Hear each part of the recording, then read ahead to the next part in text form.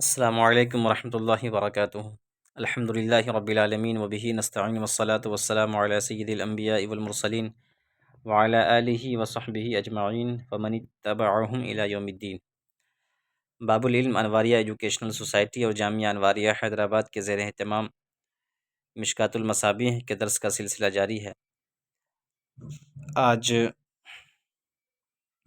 باب الایمان بالقدر کی پہلی فصل میں جو چند حدیث پاک رہ گئی ہیں، انشاءاللہ آج اس پر گفتگو ہوگی۔ مشکوٰۃ المصابیح کی حدیث نمبر 86 جو حضرت ابو ہریرہ رضی اللہ تعالیٰ عنہ سے مروی ہے۔ حدیث کے الفاظ ہیں: وعن ابی ہریرہ قال قال رسول اللہ صلی اللہ علیہ وسلم ان اللہ کتب علی ابن آدم حظہ من الزنا۔ حضرت ابو ہریرہ رضی اللہ تعالیٰ عنہ بیان کرتے ہیں کہ اللہ کے رسول صلی اللہ تعالیٰ علیہ وسلم نے ارشاد فرمایا کہ اللہ تعالیٰ نے لکھ دیا ہے، کتبہ لکھ دیا ہے یعنی لوح محفوظ میں، علی ابن آدم ابن آدم کے لیے، حظہ من الزنا زنا میں سے ایک حصہ، یعنی اللہ تعالیٰ نے اولاد آدم کے لیے یا انسان کے لیے زنا کا ایک حصہ لکھ دیا ہے، یعنی اس کی تقدیر میں لکھا جا چکا ہے۔ ادرک ذالک لا محالۃ، جسے وہ یقینی طور پر پا کر رہے گا، یعنی جس تک وہ پہنچ کر ادرکا کا معنی ہوتا ہے وصلہ، یعنی جس حصے کو وہ پا کر کے رہے گا، لا محالۃ یقینی طور پر۔ یہاں پر جو اولاد آدم ہے، ابن آدم، اس سے تمام انسان مراد نہیں ہے بلکہ عام انسان مراد ہے۔ انبیاء، اولیاء صالحین اس سے مستثنیٰ ہیں، اس لیے کہ اللہ رب العزت نے انہیں خطاؤں سے محفوظ کر رکھا ہے، اور خاص طور سے انبیاء تو خطاؤں سے معصوم ہوا کرتے ہیں، اس لیے تمام انسان یہاں پہ مراد نہیں ہیں بلکہ عام انسان مراد ہے۔ فَزِنَا الْعَيْنِ النَّظْرُ، تو آنکھ کی زنا یہ دیکھنا ہے۔ وَزِنَا اللِّسَانِ النُّطْقُ، اور زبان کی زنا بولنا ہے۔ وَالنَّفْسُ تَمَنَّى وَتَشْتَهِي، نفس خواہش اور آرزو رکھتا ہے، آرزو کرتا ہے۔ والفرج یصدق ذلك ویکذبہ، اور فرج یعنی شرمگاہ کبھی اس کو سچا کر دیتا ہے اور کبھی جھٹلا دیتا ہے۔ یہاں پہ دیکھیں جو کہا گیا ہے کہ آنکھ کی زنا دیکھنا ہے، یہاں دیکھنے سے مراد غیر محرم کی طرف، اجنبی عورت کی طرف دیکھنا، اور بنگاہ شہوت دیکھنا، شہوت کی نگاہ سے دیکھنا، یہ آنکھ کی زنا ہے۔ اور دیکھنے کا جہاں تک تعلق ہے، اس حوالے سے دو رائے عام طور پہ پائی جاتی ہیں۔ بعض کا یہ کہنا ہے کہ اس سے عام کامن دیکھنا بھی مراد ہے، یعنی ایک نظر دیکھنا تو معاف ہے، اس کے بعد دوسری نظر دیکھنا یہ حرام ہے، اور بار بار دیکھنا یہ اور حرام ہے۔ بعضی کہتے ہیں شہوت کی نگاہ سے دیکھنا حرام ہے۔ جب بھی حرمت کا اطلاق ہوگا یا اس دیکھنے پر آنکھ کی زنا کا اطلاق ہوگا، وہ اس وقت ہوگا جب انسان بنظر شہوت دیکھے، اس لیے کہ شہوت کی نگاہ سے جب دیکھی جاتی ہے تبھی اس کا انجام کار برا ہوتا ہے۔ وَزِنَا اللِّسَانِ النُّطْقُ، اور زبان کی زنا بولنا ہے۔ بولنا کس طرح کی باتیں کرنا؟ زنا سے متعلق ہی باتیں کرنا، یا زنا کا وعدہ کرنا، یا یہ کہ کسی دوسری عورت کے حسن و جمال کو اپنی زبان سے بیان کرنا، یہ سب زبان کے زنا کے زمرے میں آتا ہے، یعنی برے افعال کا ارتکاب کرنا، برے کام کا کہنا زبان کے ذریعے سے، وہ زبان کے لیے زنا ہے۔ وَالنَّفْسُ تَمَنَّى وَتَشْتَهِي، اور دل، نفس تمنا کرتا ہے اور خواہش رکھتا ہے۔ وَالْفَرْجُ يُصَدِّقُ ذَلِكَ وَيُكَذِّبُهُ، اور شرمگاہ اس کی تصدیق اور تکذیب کر دیتا ہے، یعنی دل میں کے اندر ایک خواہش اور ارادہ پیدا ہوتا ہے زنا کرنے کا، خواہش پیدا ہوا تو اب شرمگاہ کبھی اس خواہش کو عملی جامہ پہنا دیتا ہے، تو گویا کہ شرمگاہ نے اس خواہش کی تصدیق کر دی، اور کبھی شرمگاہ جو ہے اس کی تکذیب کر دیتا ہے، یعنی نفس کی باتوں کے، نفس کے خیالات کو جو ہے کا انکار کر دیتا ہے کہ ہمیں ایسا نہیں کرنا چاہیے، تو گویا کہ شرمگاہ ان خیالات کی تکذیب کر دیتا ہے۔ جو برے خیالات اور جو برے وسوسے ذہن و دماغ میں پیدا ہوں اس کو عملی جامہ پہنا دینا تو گویا کہ فرج کا اس کی تصدیق کر دینا ہے، شرمگاہ کا اس کو سچا ثابت کر دینا ہے، اور اس کو نہ کرنا گویا شرمگاہ کا اس کی تکذیب کر دینا ہے ان خیالات کی۔ اس حدیث کی روایت امام بخاری اور امام مسلم نے کی ہے۔ وفی روایت لمسلم، یہاں تک جو روایت بیان کی گئی ہے اس میں امام بخاری امام مسلم دونوں متحد ہیں، متفق ہیں، لیکن امام مسلم کی ایک روایت ایسی ہے جس میں وہ منفرد ہیں۔ ان کے الفاظ ہیں، قال، وہ کہتے ہیں، کتب علی ابن آدم، ان کی جو روایت ہے کہ نبی کریم صلی اللہ علیہ وسلم نے فرمایا، کتب علی ابن آدم نصیبہ من الزنا، ابن آدم کے لیے زنا کا ایک حصہ لکھا جا چکا ہے، زنا کا ایک حصہ لکھا جا چکا ہے ابن آدم کے حق میں، مدرکن ذالک لا محالۃ، جسے وہ قطعی طور پر پا کر رہے گا، العینان زناہما النظر، دونوں آنکھوں کی زنا دیکھنا ہے، والاذنان زناہما الاستماع، اور دونوں کان کی زنا غور سے سننا ہے، واللسان زناہ الکلام، اور زبان کی زنا بات کرنا ہے۔ دیکھیں، پہلا جملہ جو ہے کہ ابن آدم کے حق میں زنا کا ایک حصہ لکھا جا چکا ہے جسے وہ قطعی طور پر پا کر رہے گا، اس سے پھر وہی بات سمجھ میں آتی ہے کہ اگر کوئی شخص زانی ہے تو ظاہری طور پر تو یہ سمجھ میں آ رہا ہے کہ زانی ہونا بذات خود اس کے قوت و اختیار میں نہیں ہے، اس لیے کہ اس کی تقدیر میں لکھا جا چکا ہے۔ جب تقدیر میں لکھا جا چکا ہے تو تقدیر کا عمل ہو کر کے رہے گا، تقدیر کی نوشتہ عمل میں آ کر کے رہے گی۔ تو اس لیے اگر کوئی شخص زنا کرتا ہے تو اس میں اس کا قصور، اس کا اپنا قصور یہ کیسے کہا جا سکتا ہے؟ اس لیے کہ تقدیر میں اس کے لیے ایسا ہی لکھا جا چکا ہے۔ دیکھیں، اس کا جواب ہم نے اس سے پہلے دے دیا ہے کہ اگرچہ نوشتہ تقدیر ایسا ہی تھا اس کے حق میں، لیکن اللہ رب العزت نے اسے عقل کی صلاحیت دی، سوچنے سمجھنے کی صلاحیت دی، شر اور خیر کے درمیان تمیز کرنے کی صلاحیت دی، یہ تمام چیزیں اس کے حق میں دی گئیں، اور فیصلہ کرنے کا بھی اختیار دیا گیا کہ یہ خیر ہے یہ شر ہے، تم خود فیصلہ کرو کہ تمہیں کس طرف جانا ہے۔ اس کے باوجود اگر انسان اپنی فہم سے، اپنی سوچ اور شعور سے خیر کے بجائے اگر شر کا انتخاب کر رہا ہے تو کہیں نہ کہیں وہ مجرم ہے، اس کی اپنی گرفت ہوگی۔ تو آنکھوں کی زنا دیکھنا ہے اجنبی عورتوں کی طرف، غیر محرم کی طرف، بنظر شہوت، والاذنان زناہما الاستماع، اور کانوں کی زنا غور سے سننا ہے۔ کبھی ایسا ہوتا ہے کہ کسی غیر محرم کی باتوں کو بہت غور سے سنتے ہیں، یا یہ ہے کہ کبھی بعض عورتیں ایسی ہوتی ہیں جو اپنے خاوند کے سامنے دوسری عورتوں کے حسن و جمال کی تعریف کرتی ہیں اور شوہر اسے غور سے سنتا ہے، یہ بھی کان کا زنا ہے۔ کان سے غلط باتیں سننا، حرام کی باتیں سننا، اور ایسی باتیں سننا جو شہوت پیدا کر دیں، تو یہ کان کے زنا میں شمار کیا جاتا ہے۔ واللسان زناہ الکلام، اور زبان کی زنا بات کرنا، یعنی ایسی بات کرنا کہ جس کا تعلق زنا سے، یعنی زنا کے متعلق وعدہ کرنا، فلاں وقت جو ہے زنا کے لیے ہم لوگ تیار ہوں، یا یہ کہ اس طرح کی باتیں جو زنا سے ریلیٹڈ ہوں، تو وہ سب کے سب زبان کے لیے زنا کے زمرے میں آتا ہے۔ والید زناہا البطش، اور ہاتھ کا زنا پکڑنا ہے، البطش پکڑنا۔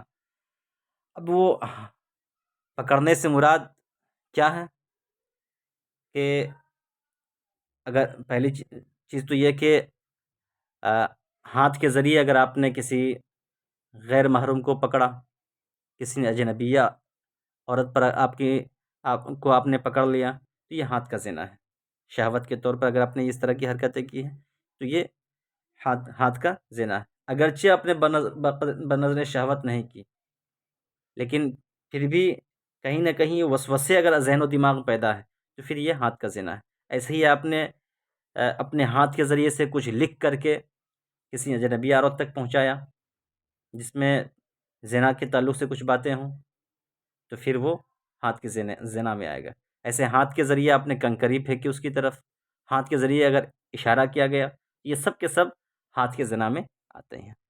وَالرِّجْلُ زَنَاهَا الْخُطَى، اور پاؤں کا زنا چلنا ہے، یعنی زنا کے لیے قدم بڑھانا، قدم خطا یہ خطوتن کی جمع ہے، اس کا معنی ہوتا ہے المشی، چلنا، یا سوار ہونا، سوار ہو کر کے ایسی جگہ جانا جہاں پر زنا کرنے کا ارادہ ہو، جہاں جانے سے، تو یہ سب کے سب زنا میں آتے ہیں۔ اب ذرا دیکھیے کہ ہاتھ، پاؤں، زبان اور کان کی زنا، یہ سب کے سب جو ہے یہ زنا کے اسباب ہیں، حقیقی زنا نہیں ہے، وہ بڑا زنا نہیں ہے کہ جس کی سخت پکڑ ہوگی، یہ سب کے سب چونکہ زنا کے اسباب ہیں، زنا کے مقدمات ہیں۔ ان مقدمات سے اگر انسان پرہیز کرے تو زنا جو کہ بڑا زنا ہے وہاں تک پہنچنے سے انسان بچ جاتا ہے۔ اس لیے شریعت اسلامیہ نے ان سب چیزوں پر بھی پابندی لگا دی ہے تاکہ انسان بڑے گناہ کا ارتکاب نہ کر سکے۔ یہ سب چھوٹے زنا ہیں، یہ سب ایسے زنا ہیں کہ اللہ رب العزت وضو سے، اعمال سے، دیگر اعمال خیر سے، دیگر نیک کاموں کی وجہ سے اللہ رب العزت ان گناہوں کو معاف فرما دے گا، لیکن زنا جب تک وہ بندہ خود توبہ کر کے، توبۃ النصوح کر کے خدا کی بارگاہ میں رجوع نہ لائے تب تک اللہ رب العزت معاف نہیں فرمائے گا۔ یہ سب کے سب زنا کے اسباب ہیں۔ والقلب یہوی ویتمنی، دل خواہش و آرزو رکھتا ہے، ویصدق ذلک الفرج ویکذبہ، اور فرج اس خواہش و آرزو کی کبھی تصدیق کرتا ہے اور کبھی تکذیب کرتا ہے۔ دل کے اندر خیالات پیدا ہوئے، شرمگاہ کے ذریعے سے اگر زنا کا ارتکاب کر بیٹھا تو گویا کہ شرمگاہ نے ان خیالات کی تصدیق کر دی، اور اگر ان شرمگاہ نے ایسا کرنے سے انکار کر دیا تو گویا کہ اگر اس خیالات کو عملی جامہ نہیں پہنایا تو گویا کہ شرمگاہ نے ان خیالات کی تکذیب کر دی۔ حدیث نمبر 87، وعن عمران بن حسین ان رجلین من مزینہ قال یا رسول اللہ صلی اللہ علیہ وسلم ارأیت ما یعمل الناس اليوم ویکدحون فیہ اشیء قضی علیہم ومضی فیہم من قدر سبق۔ حضرت عمران بن حسین رضی اللہ تعالیٰ عنہ، آپ وہ صحابی ہیں جن کی کنیت ابو نجید ہے، ابو نجید، آپ مشہور صحابی ہیں، اور خیبر کے دنوں میں آپ نے اسلام قبول کیا، آپ مسلمان ہوئے، اور آپ کے بارے میں یہ آتا ہے کہ آپ مسلسل 30 برس تک بستر علالت پر رہے اور فرشتے آ کر کے آپ کو سلام کیا کرتے تھے، یہ مقام تھا۔ اور شیخ عبدالحق محدث دہلوی علیہ رحمٰن نے بیان فرمایا ہے کہ ایک دفعہ آپ بطور علاج آپ نے داغ لگوائے تو فرشتے روپوش ہو گئے، اور جب آپ تندرست ہو گئے تو پھر فرشتے نمودار ہو گئے۔ حضرت ابن سیرین رضی اللہ تعالیٰ عنہ کے حوالے سے انہوں نے لکھا ہے کہ بصرہ میں رسول اللہ صلی اللہ تعالیٰ علیہ وسلم کے صحابہ میں سے کوئی بھی حضرت عمران بن حسین سے افضل و اعلیٰ نہ تھا۔ یہ مقام تھا حضرت عمران بن حسین کا رضی اللہ تعالیٰ عنہ، جن کی کنیت ابو نجید تھی۔ غالباً 52 ہجری میں آپ کا انتقال ہوا۔ وہ بیان کرتے ہیں کہ قبیلہ مزینہ، ان رجلین من مزینہ، قبیلہ مزینہ کے 2 افراد، 2 شخص، قالا عرض گزار ہوئے، یا رسول اللہ صلی اللہ علیہ وسلم ارأیت ما یعمل الناس اليوم ویکدحون فیہ، اشیء قضی علیہم، اے اللہ کے رسول صلی اللہ تعالی وسلم آپ ہمیں فرمائیں کہ لوگ جو اعمال اس دنیا میں کرتے ہیں اور عمل میں جو کوشش و سعی کرتے ہیں، یکدحون قدح سے آیا ہے، اس کا معنی ہوتا ہے سعی کرنا، کوشش کرنا، اور عمل میں جو کوشش و سعی کرتے ہیں، کیا یہ سب قضاء و قدر میں طے ہو چکا؟ وَمَضَىٰ فِيهِمْ من قدر سبق، اور ازل ہی میں اس کے بارے میں فیصلہ ہو چکا ہے، او فیما یستقبلون،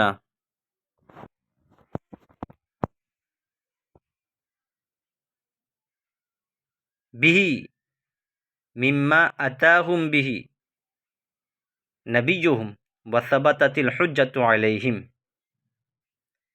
یا اعمال میں سے جو کچھ وہ آئندہ کریں گے، مستقبل میں کریں گے، اور ان کا پیغمبر ان کے پاس جو امر نہیں لے کر آیا ہے اور لوگوں پر اس کے سچا ہونے کی دلیل ثابت و قائم ہو چکی ہے، اس کا تقدیر ازلی سے کچھ تعلق و واسطہ نہیں ہے؟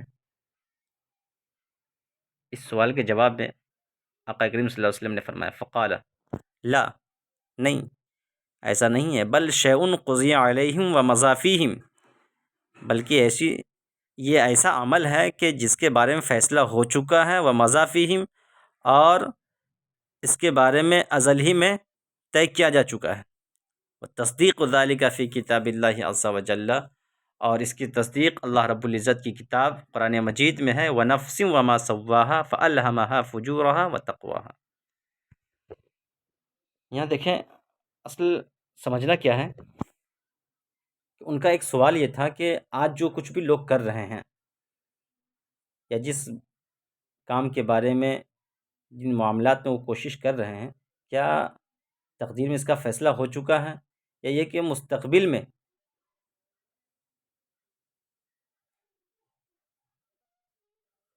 جو کچھ وہ کریں گے وہ اپنی قدرت و اختیار سے کریں گے، قضاء و قدر کا اس میں کوئی تعلق نہ ہوگا؟ ان تمام باتوں میں سے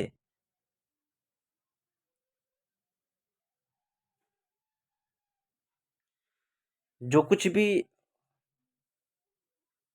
آج پائی جا رہی ہیں، کیا اس کا تعلق قضاء و قدر سے ہے یا نہیں ہے؟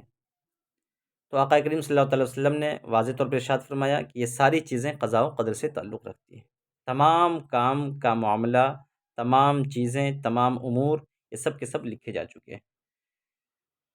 آقا کریم صلی اللہ علیہ وسلم نے بیان فرمانے کے بعد تصدیق کے طور پر، دلیل کے طور پر قرآن کی ایک آیت پیش کی، وَنَفْسٍ وَمَا سَوَّاهَا، اور نفس کی قسم یا انسان کی قسم، اور نفس کی قسم، وَمَا سَوَّاهَا، اور اس کی قسم جس نے نفس کو برابر کیا، ٹھیک ٹھاک بنایا، فَأَلْهَمَهَا فُجُورَهَا وَتَقْوَاهَا، تو خیر و شر کا اس میں الہام فرمایا۔ تو اس سے یہ سمجھ میں آتا ہے کہ نفس کو جب اللہ رب العزت نے بنایا، نفس انسانی کو، تو اس میں خیر و شر کا الہام فرما دیا۔ بعض نفوس ایسے تھے کہ جس میں اللہ رب العزت نے صرف اور صرف خیر ہی کا الہام فرمایا، بعض نفوس ایسے تھے کہ جس میں اللہ رب العزت نے خیر اور شر دونوں کا الہام فرمایا۔ یعنی نفس کے ساتھ یہ مقدر کر دیا گیا کہ کس نفس کے اندر خیر ہی خیر پایا جائے گا، اور کس نفس کے اندر خیر و شر دونوں پائے جائیں گے۔ تو گویا کہ جو کچھ بھی معاملات ہو رہے ہیں، یہ سب کچھ اللہ رب العزت کی تقدیر اور اس کی قضاء و قدر سے۔ حدیث نمبر 88، وعن ابی ہریرہ رضی اللہ تعالی عنہ قال قلت یا رسول اللہ انی رجل شاب، حضرت ابو ہریرہ رضی اللہ تعالی عنہ بیان کرتے ہیں کہ میں عرض گزار ہوا ہے اللہ کے رسول صلی اللہ تعالی علیہ وسلم، انی رجل شاب، میں ایک نوجوان شخص ہوں، وانا اخاف علی نفسی نفس العنت، اور مجھے اپنے نفس پر زنا کا اندیشہ ہے، زنا نہیں، معاذ اللہ، مجھے اپنے نفس پر، انت کا اصل معنی ہوتا ہے مشقت، گناہ، مجھے اپنے نفس پر گناہ کا اندیشہ ہے، حالانکہ مراد زنا ہی ہے، لیکن معنی اس کا اصل کیا ہوتا ہے؟ گناہ، مشقت. تو مجھے اپنے نفس پر گناہ کا اندیشہ ہوتا ہے. ولا اجد ما اتزوج به النساء، اور میں خود کو اس لائق نہیں پاتا ہوں کہ عورتوں سے نکاح کر سکوں. یعنی میرے پاس نان و نفقے کے لیے اتنے وسائل مہیا نہیں ہیں، یا یہ کہ مہر کے لیے یا دیگر اخراجات کے لیے میرے پاس اتنی استطاعت نہیں ہے کہ میں کسی عورت کے ساتھ نکاح کر سکوں، آزاد عورت کے ساتھ. نہ ہی اتنی رقم میرے پاس ہے کہ کسی لونڈی کو خرید سکوں. کأنہ یستأذنہ فی الاختصاء، گویا کہ وہ خصی ہونے کی اجازت طلب کر رہے تھے. یہ حضرت ابو ہریرہ کے الفاظ نہیں ہیں، بلکہ راوی نے حضرت ابو ہریرہ کی طرف سے یہ بیان کیا ہے. گویا کہ حضرت ابو ہریرہ رضی اللہ تعالیٰ عنہ یہ چاہ رہے تھے کہ آپ خصی ہونے کی اجازت دے دیں. قال، آپ نے فرمایا. قال راوی کہتے ہیں حضرت ابو ہریرہ کہتے ہیں فسکت عنی، آقا کریم صلی اللہ علیہ وسلم یہ سننے کے بعد خاموش ہو گئے. ثم قلت مثل ذلك، پھر میں نے ایسے یہی سوال کیا. فسکت عنی، پھر آپ خاموش رہے. ثم قلت مثل ذلك، پھر میں نے یہی سوال کیا. فسکت عنی، تیسری بار بھی آپ خاموش رہے. ثم قلت مثل ذلك، پھر میں نے ایسے ہی کہا، یعنی چوتھی بار جب کہا. فقال النبی صلی اللہ تعالی وسلم یا ابا ہریرہ جف القلم بما انت لاقی فاختص علی ذلك اوزر. آقا کریم صلی اللہ علیہ وسلم نے فرمایا ابو ذر، قلم خشک ہو چکا ان باتوں سے جسے تم کرنے والے ہو، ان معاملات سے، ان اعمال سے جسے تم کرنے والے ہو. یعنی جو کچھ تم کرنے والے تھے اپنی زندگی میں یا کرنے والے ہو، وہ تمام کی تمام باتیں تقدیر میں لکھی جا چکی ہیں، اور تقدیر میں لکھ کر کے قلم خشک ہو چکا ہے. قلم کے خشک ہونے کا مطلب یہ ہوتا ہے کہ جب شروعات ہو کسی چیز کے لکھنے کا، اور لکھنے کے بعد جب اس سے فراغت مل جائے، تو گویا کہ قلم کی روشنائی کیا ہو چکی ہے؟ ختم ہو چکی ہے. تو گویا کہ حضرت ابو ہریرہ رضی اللہ تعالیٰ عنہ سے آقا کریم صلی اللہ علیہ وسلم نے فرمایا ابو ہریرہ کہ جو کچھ تم کرنے والے تھے اللہ رب العزت نے لوح محفوظ میں اسے لکھ دیا ہے. فاختص علی ذلک، اب چاہے تم جو ہے خصی ہو جاؤ اوزر، یا اسے چھوڑ دو، اس سے کوئی فرق پڑنے والا نہیں ہے.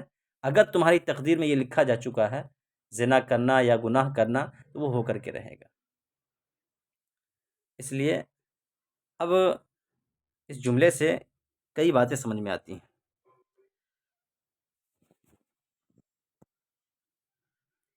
پہلی بات یہ کہ گویا حضرت ابو ہریرہ رضی اللہ تعالیٰ عنہ کو یہ جھڑکا گیا اور تنبیہ کی گئی کہ تدبیر کو تقدیر کے مقابلے میں لانے کی کوشش نہ کرو. یہ تدبیر اگر تم خصی ہو کر کے اختیار کرنا چاہتے ہو اور سوچتے ہو کہ تقدیر کا لکھا ہوا عمل میں نہ آنے پائے، تو ایسا کرنے کی کوشش نہ کرو. تدبیر کو تقدیر کے مقابلے میں نہ لاؤ. اور دوسری بات یہ ہے کہ تقدیر سے بھاگو بھی مت. جو تقدیر میں ہے وہ ہو کر کے رہے گا. یا مطلب یہ ہے کہ خصی ہونے کا ارادہ ترک کرو اور قضاء و قدر پر کیا ہو جاؤ؟ راضی ہو جاؤ. یعنی تقدیر میں جو خیر و شر اللہ رب العزت نے لکھ دیا ہے، جو مقدر کر دیا ہے، وہ ہو کر کے رہے گا. ان الفاظ میں دیکھیے خصی ہونے کی اجازت نہیں ہے، بلکہ اجازت طلب کرنے پر انہیں ڈانٹا اور ناگواری کا اظہار کیا گیا، اور بلا وجہ عضو مخصوص کو کاٹ دینے کے ارادہ پر علامت کی گئی ہے. اس لیے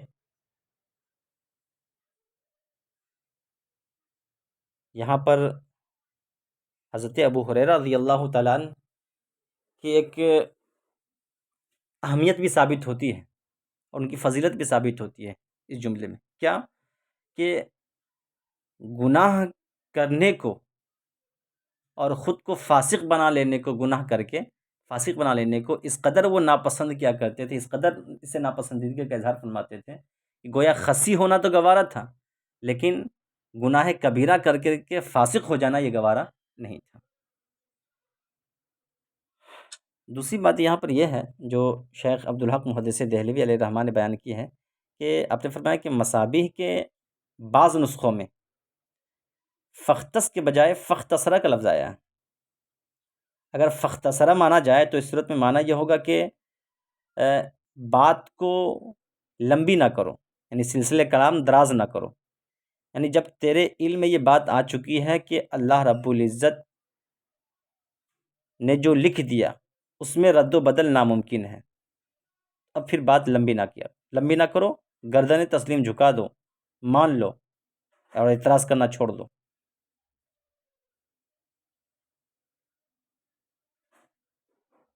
اور اگر خصی ہونے کے ارادے پر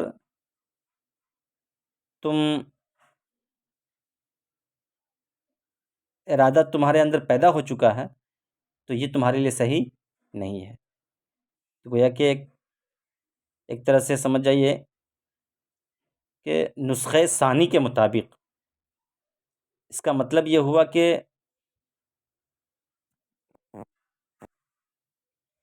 بات لمبی نہ کرو، جب تمہیں معلوم ہی ہو چکا ہے کہ تقدیر کا لکھا جا چکا ہے تو اب سلسلے کلام دراز کرنے کی کوئی ضرورت نہیں ہے۔ یہ نسخہ ثانی کے مطابق، اور نسخہ اول کے مطابق کہ یہ ہے کہ خصی ہونے پر آپ کو جھڑکا گیا اور آپ کو ڈانٹا گیا ہے۔ رواہ البخاری، اس حدیث کی روایت امام بخاری نے کی ہے۔ حدیث نمبر 89، وعن عبد اللہ بن عمر رضی اللہ تعالیٰ عنہ قال رسول اللہ صلی اللہ تعالیٰ علیہ وسلم ان قلوب بنی آدم کلہا بین اصبعین من اصابع الرحمن کقلب واحد یصرفہ کیف یشاء۔ حضرت عبداللہ بن عمر رضی اللہ تعالیٰ عنہ بیان کرتے ہیں کہ اللہ کے رسول صلی اللہ تعالیٰ علیہ وسلم نے ارشاد فرمایا کہ اولاد آدم کے دل، تمام اولاد آدم کے یعنی تمام انسانوں کے تمام قلوب، تمام دل اللہ رب العزت کی انگلیوں میں سے دو انگلیوں کے درمیان ایک دل کی طرح ہے، دو انگلیوں کے درمیان ایک دل کی طرح، یصرفہ کیف یشاء، وہ ان تمام دلوں میں تصرف کرتا رہتا ہے جس طرح چاہتا ہے۔ یہ جملہ دیکھیے متشابہات میں سے ہے۔ اللہ رب العزت ید سے، وجہ سے، انگلی سے پاک ہے۔ اللہ رب العزت کے لیے انگلیوں کا اطلاق نہیں کیا جا سکتا ہے۔ متشابہات میں سے ہے یہ جملہ، اور متشابہات کے سلسلے میں دو مذاہب پائے جاتے ہیں۔ پہلا یہ کہ بعض حضرات کہتے ہیں کہ متشابہات کا معنی بیان کرنے میں توقف سے کام لیا جائے، توقف اور سکوت کی جائے، اور اس کا علم اللہ رب العزت کے حوالے کر دیا جائے۔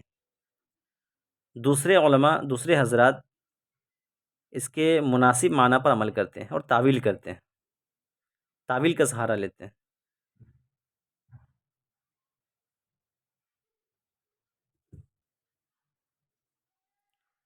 اس سلسلے میں سب سے واضح اور بہتر مذہب جو مجھے لگتا ہے وہ یہ کہ جو بھی متشابہات ہیں اس کے بارے میں یہ عقیدہ رکھا جائے کہ والایمان بہ واجب، اس پر ایمان رکھنا واجب ہے۔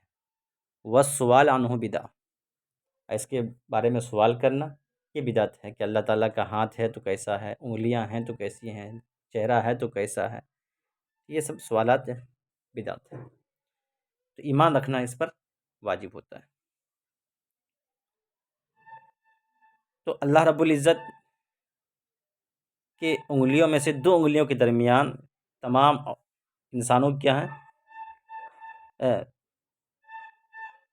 اولاد آدم کے قلوب، تمام دل، تمام قلوب رحمان کی انگلیوں میں سے دو انگلیوں کے درمیان ایک دل کی طرح، یصرفہ کیف یشاء، جس طرح وہ چاہتا ہے تصرف کرتا ہے۔ اب یہ جو انداز بیان ہے یہ بندوں کی تفہیم کے لیے ہے کہ جس طریقے سے ایک بندہ دو انگلیوں کے درمیان کی چیزوں کو جس طرح وہ چاہے وہ حرکت دے سکتا ہے، جس طرح چاہے وہ گھما سکتا ہے، اور جس طرح چاہے اس میں تغیر تبدیلی لا سکتا ہے، الٹ پھیر کر سکتا ہے، ایسے ہی اللہ رب العزت بندوں کی فہم کے مطابق، چونکہ بندوں کے لیے کام آسان ہے، اس لیے بندوں کی طرف نسبت کرتے ہوئے یہ تمثیل دی گئی ہے کہ دو انگلیوں کے درمیان تمام اولاد آدم کے دل ہیں، ورنہ یہ ہے کہ دو انگلیوں کے درمیان نہ بھی ہو، جہاں بھی ہو، جیسے بھی ہو، اللہ رب العزت چاہے تو ہر طریقے سے تصرف کرنے پر قادر ہے۔ ثم قال رسول اللہ صلی اللہ تعالی وسلم، پھر آقا کریم صلی اللہ تعالی وسلم نے ارشاد فرمایا، اللہم مصرف القلوب صرف قلوبنا علی طاعتک، کہ اے دلوں کو پھیرنے والے، ہمارے دلوں کو اپنی طاعت و بندگی کی طرف پھیر دے۔ اس حدیث کی روایت امام مسلم نے کی ہے۔ اسی سے متعلق ایک اور دعا ہے کہ جس دعا کی تائید اس سے ہو جاتی ہے، اللہم یا مقلب القلوب ثبت قلبی علی دینک۔ یہ دعا بہت مشہور دعا ہے، اس دعا کی تائید اسی حدیث پاک سے ہوتی ہے، اللہم مصرف القلوب صرف قلوبنا علی طاعتک، اے دلوں کے پھیرنے والے، ہمارے دلوں کو اپنی طاعت و بندگی کی طرف موڑ دے، پھیر دے۔ اس حدیث کے بعد امام مسلم نے کی۔ السلام علیکم ورحمۃ اللہ وبرکاتہ۔